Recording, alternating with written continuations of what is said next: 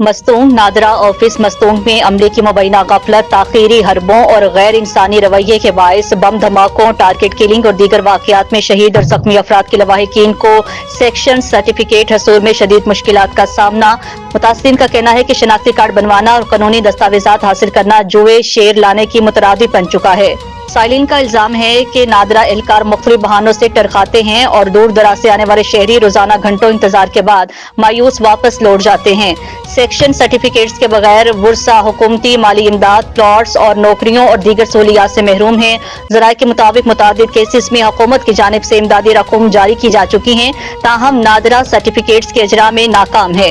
मुतासरीन ने वज़ीर आला बलोचिस्तान, GM नादरा, विफाकी सूबाई मोहतसिब, कमिश्नर किलात और डिप्टी कमिश्नर मस्तूंग से फौरी नोटिस लेने और नादरा ऑफिस में इस्लाहात का मुतालिबा किया है।